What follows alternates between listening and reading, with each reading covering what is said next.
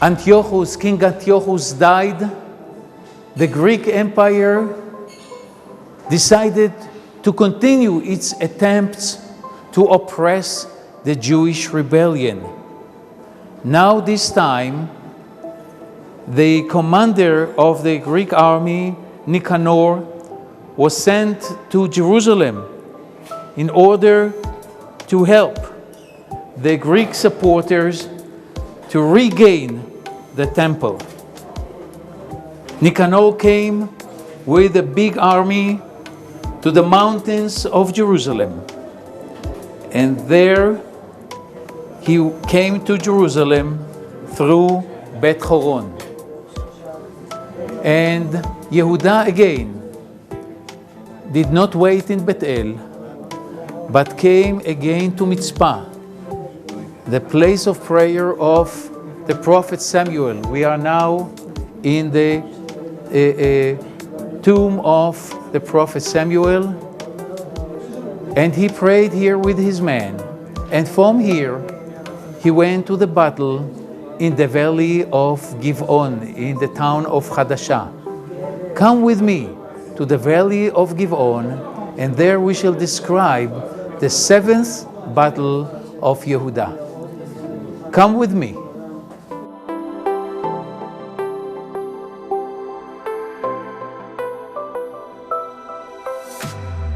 In spite of the fact that Antiochus died, the Greek king sent Nicanor with his army in order to support the Greek lovers in Jerusalem.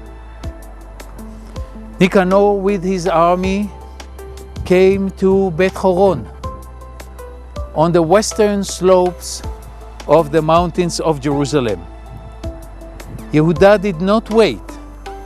He came to Mitzpah, to this place, the tomb of the prophet Samuel, and here he prayed. After he prayed, he took his men to the village of Hadashah. We can see the settlement of Hadashah in the valley of Giv'on. And Yehuda put his men in ambush right on the slope of the valley of Giv'on. Let us read from the book of the Maccabees. The king then sent Alcimus back again with Nicanor and a tremendous army, commanding Nicanor to destroy Yehuda and his men and to restore rule over Jerusalem to the Jewish Greek lovers. Nicanor stood facing Jerusalem. Probably he stood right on top of the mountain that we can see, on top of the mountain of Bet Horon, lifted his hand and vowed that he would not return to Antiochia until he had captured Yehuda and his soldiers. Nicanor then deployed with his camp above Bet Horon, while Yehuda encamped nearby in Hadashah in the Giv'on valley.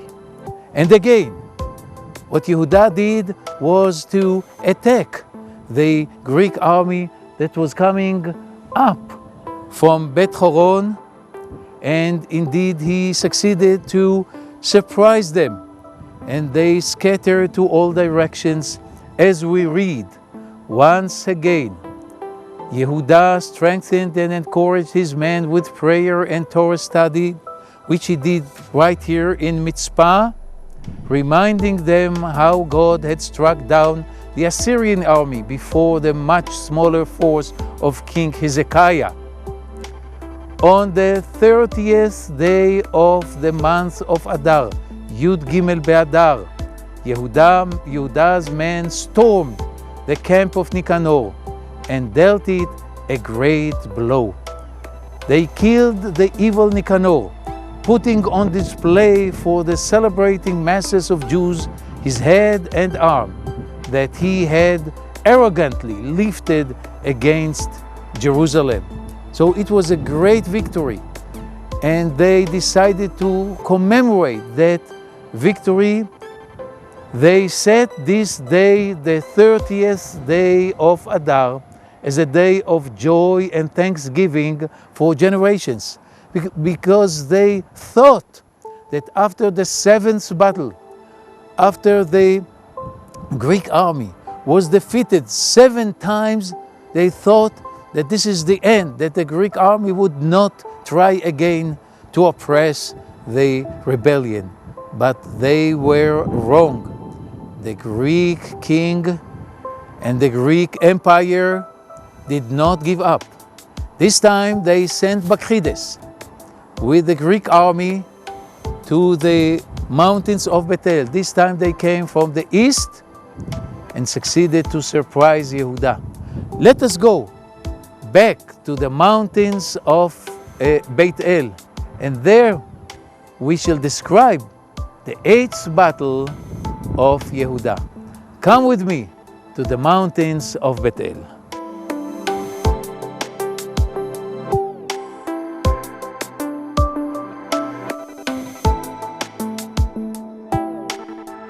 We are now again on the mountains of Bethel, and here we shall describe the last battle of Yehuda. This is the 8th battle of Yehuda. After 7 successful battles, the last battle was a failure. Here he was killed and his army was smashed. Let us see what happened. This time the Greek army came from the east, from the Jordan Valley. Bakrides, the commander of the Greek army, brought his army to this area, to the mountain of Baal Hatzor, and he divided his army to 2 parts. One part came from the north and one part came from the south. Yehuda went, attacked the Greek army from here, from Bethel, but he did not expect the surprise of the Greek army, and he found himself in the middle of the Greek army from south and from north, and the Greek army, Bakrides, the commander of the Greek army, succeeded to defeat Yehuda. He was killed, and after his death, many people thought that the rebellion ended, finished. There is no more hope. But we know that the Maccabees did not give up, did not surrender. They continued the rebellion.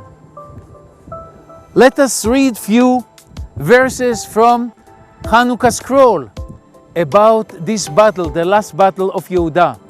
Bakrides came with 20,000 soldiers and 2,000 horses.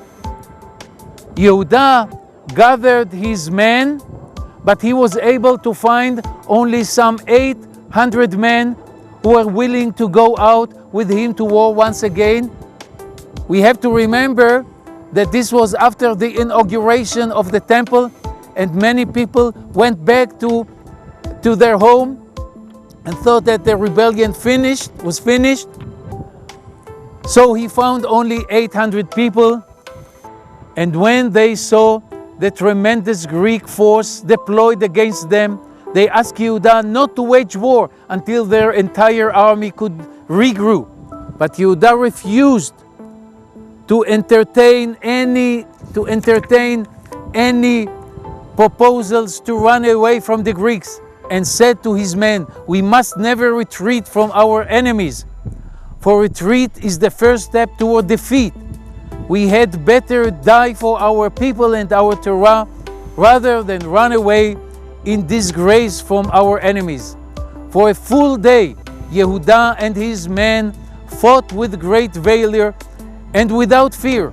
But when night fell, the Greeks overpowered them, and Yehuda and many of his men fell in battle.